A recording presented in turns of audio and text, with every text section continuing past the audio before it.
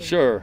You know, it's good to see the guys come out, and these are some of the toughest practices because I've been on the side of both where you finish with the spring game, and that's what it feels like, and I've, you know, been a part of this too, where you come back. This is the first time for us here, you know, at Cal of coming back, but it's always that challenge. How are they going to come back on a Monday after, you know, the spring game? They came back, you know, ready to work, and we got a lot out of it today. It didn't feel like, you know, we had just played the spring game. It felt like we were still, you know, preparing, which is what it has to be, because at the end of the day, you only get 44 practices between this and fall camp, and every one of them is so valuable. Anything in particular stand out to you from the tape in the spring game? Yeah, we did a better job running the football. That's the first thing, you know, just from a broad standpoint. When you look back a week ago, we only had about half the reps when we went live a week before that, but we definitely, you know, moved the line of scrimmage, you know, better. We were able to be more productive in terms of yards per carry. We were still solid, you know, in terms of completion percentage and being, you know, just efficient in that way. We just didn't get as many opportunities to push it downfield throwing the ball. So those are things I want to get out of these next 3 days too. And we were able to get some of that today in some of the third and long drills and some of the things where we, you know, test those waters too. But we kind of had a plan going into the spring game that we were going to work some perimeter stuff, perimeter blocking, you know, some of the horizontal plays and just the running game. So that was it was a good emphasis for us, and that was something that was you know, big for us in that way. The piece that we still, I mean, there's tons of things to improve. The first thing that jumped out at you is we're not even close to where we need to be in those short yardage situations. You know, defense got after us pretty good in a couple of those short yardage situations. So we have to, hey, they know we're running, we know we're running, whatever it might be, whatever that situation is just getting that level of you know, push and grit in those moments. Looking at the running backs, Coach Edwards talked about how one thing he wants to work on is making the first guy miss with his players. Is that something you saw in the spring game kind of coming into action? Yeah, you definitely saw that. There were a number of times where that happened, and Coach Edwards is right. I mean, very seldom does a running back go on any sort of carry more than 3 or 4 yards doesn't involve him doing something. You know, it's not just going to be huge, you know, huge holes and huge gaping, things like that. Occasionally that happens, but that's more of an outlier look. So if you're going to be productive at this level, and if you're going to be productive, you know, running back, you know, in terms of being able to explode for some plays, and even if you don't explode, just your yards per carry are only going to go up if you're able to create some of those, because it's just too often there's another defensive guy that you can block, or someone's, you know, they're good at getting off blocks too, you know, so you got to be able to create those situations too.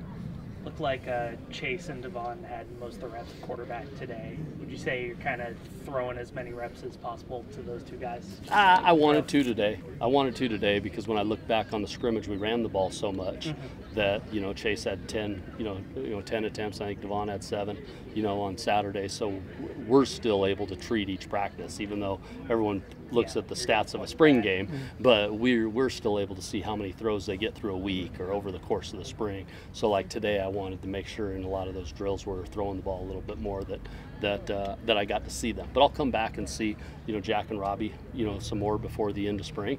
You know, it's just sometimes it's better to go with 2 or 3, and I started doing that 2, maybe 3 at the most in a practice, even if I change who those 3 are the next practice, because going with 4, sometimes you don't ever get into that rhythm, you know, in a practice. What do you think of the 3rd and long where you guys had them passing a little bit more? Oh, you know, it was tough. It was a tough drill. 3rd and long is tough for an offense, you know, so it's a good drill for us, and I thought the defense did a good job giving us, you know, some fits with their 4-man rush, you know, and they were working on, you know, just truly getting a good pass rush. I mean, that's where, you know, you have to be able to mix in a few hard counts or some screens, because it can be really tough in those moments. But even without that, you also want to put them in the toughest situations where you're not just able to go to a screen or a hard count. You got to protect when they know they're going to get in pass rush mode, and you got to make some, you know, plays downfield, and, you know, stay steady in the pocket and keep your eyes downfield. So it was a great drill for us. I mean, we need, you know, continue to put ourselves in those tough situations that you want to stay out of them, but you're in them. We're all in them, you know, in terms of throughout the college football season. So we got to take it up another notch when we're in that 3rd and 8, 3rd and 9, 3rd and 10 situation. I know we're told that Brown is not going to be able to practice anymore this spring. Does that kind of limit, especially 3rd and short, does that kind of limit what you can do? Because he's the biggest back you have and things like that. It doesn't for me. I don't look at it that way. Okay. You know, I mean, I guess what I'm saying is I'm not concerned necessarily. I mean, because I want each of those backs. To me, each of those backs are going to be every down backs. And yes, Chris Brown gives you something, you know, in terms of being just his size alone in those short yard situations. But the other backs too, there's a level of, you know, where they can, you know, they can be great short yardage backs too, just by being skinny in a hole or still powering through things. And there's different ways to get that yard or that yard and a half when you need it. So they all need the reps at it, you know, in terms of that. So no, it doesn't limit. I'll call the same stuff. And those other backs, they may get there in a slightly different way, but at the end of the day, we got to go get a yard, no matter who it is. Talk about Jeremiah Hawkins and his transformation from, you know, having some struggles last season and what he's done so far in the spring. Yeah, he's just he's continuing to play with more confidence, just continuing to, you know, just in terms of just understand the system as a whole, so it allows him to free up and play. And that's like anybody who plays at a young age, you know. And I know he's getting older now, going to be a third-year player for us, but without a red shirt, you know, he stepped right into it. There was still some things you're just learning along the run. And you know, but he's one of those guys that, and that's why I ran a couple jet sweeps in a row to him. You know, you want to find ways to, you know, just to put it in his hands, because he's got that ability to do things and to hurt a defense. So that was kind of a mindset on a couple of those situations in the scrimmage, and he's playing with good confidence, and you know, so I'm excited. I'm excited about, you know, just his again progress, you know, into fall.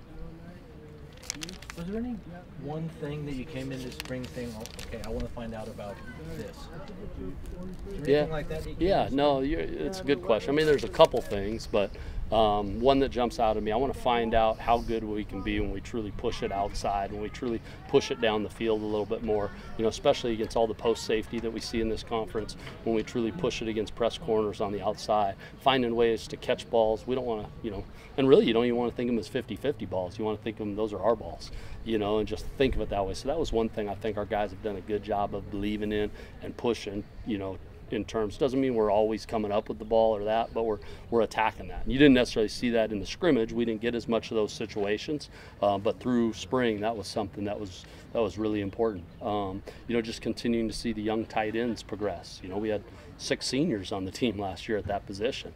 You know, so you know, young guys really didn't play last year at that position. So to see them progress and to see what they're going to do with the added reps, because even Gavin 2 years ago, he was almost more of a receiver than a tight end in terms of how we used him. So that's been something that's been big in the spring. Young O-line coming along in that way.